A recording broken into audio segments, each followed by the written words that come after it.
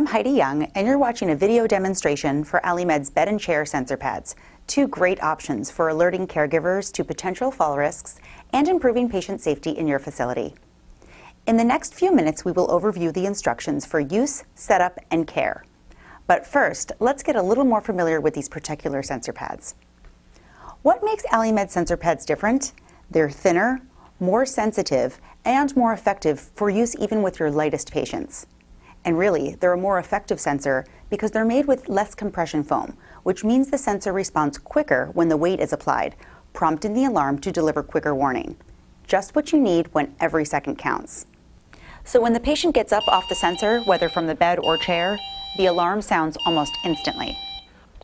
Unlike many other sensor pads, they are less detectable to the patient, thus reducing the risk of patient tampering. They are simple to set up, easy to use, and completely waterproof.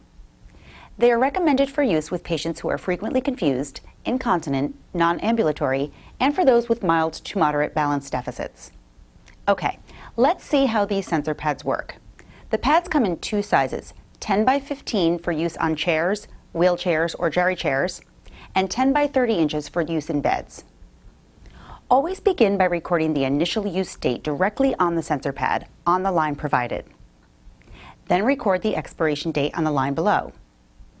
These are 6-month sensor pads, so mark the expiration date as 6 months from the first date of use. Be sure to use a permanent marker. These pads are intended for use no longer than 6 months. Now remove the paper backing from the adhesive strips and place the sensor pad in the bed or chair to be monitored. For bed use, place the sensor pad either below the patient's buttocks or, for earliest warning, beneath the shoulders.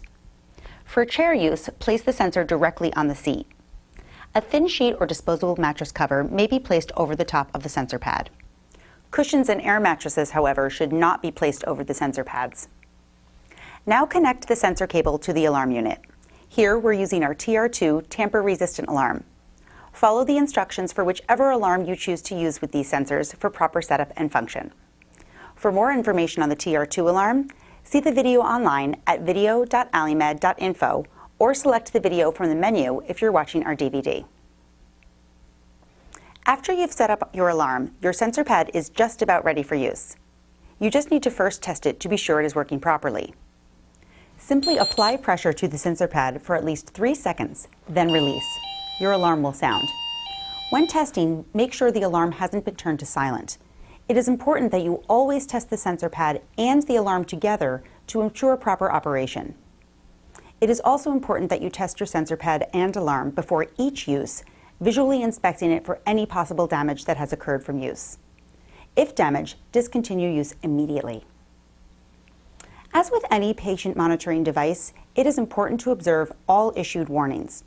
Do not fold or bend the sensor pad. This will void the warranty and likely cause malfunction. This device is not a substitute for routine visual monitoring of patients. The sensor is intended to alert caregivers to patients at risk of falling. The sensor pads themselves will not prevent falls. Make routine inspections of patients, ensuring the sensor pad is positioned correctly. Use of the sensor pads beyond the 6 months is not recommended. All the warnings and instructions for use are conveniently printed directly on the sensor pad. Always store your pad flat. Use standard disinfectants for cleaning, but do not submerge and do not heat sterilize. There are a number of Alimed patient alarm units that can be used with these sensor pads.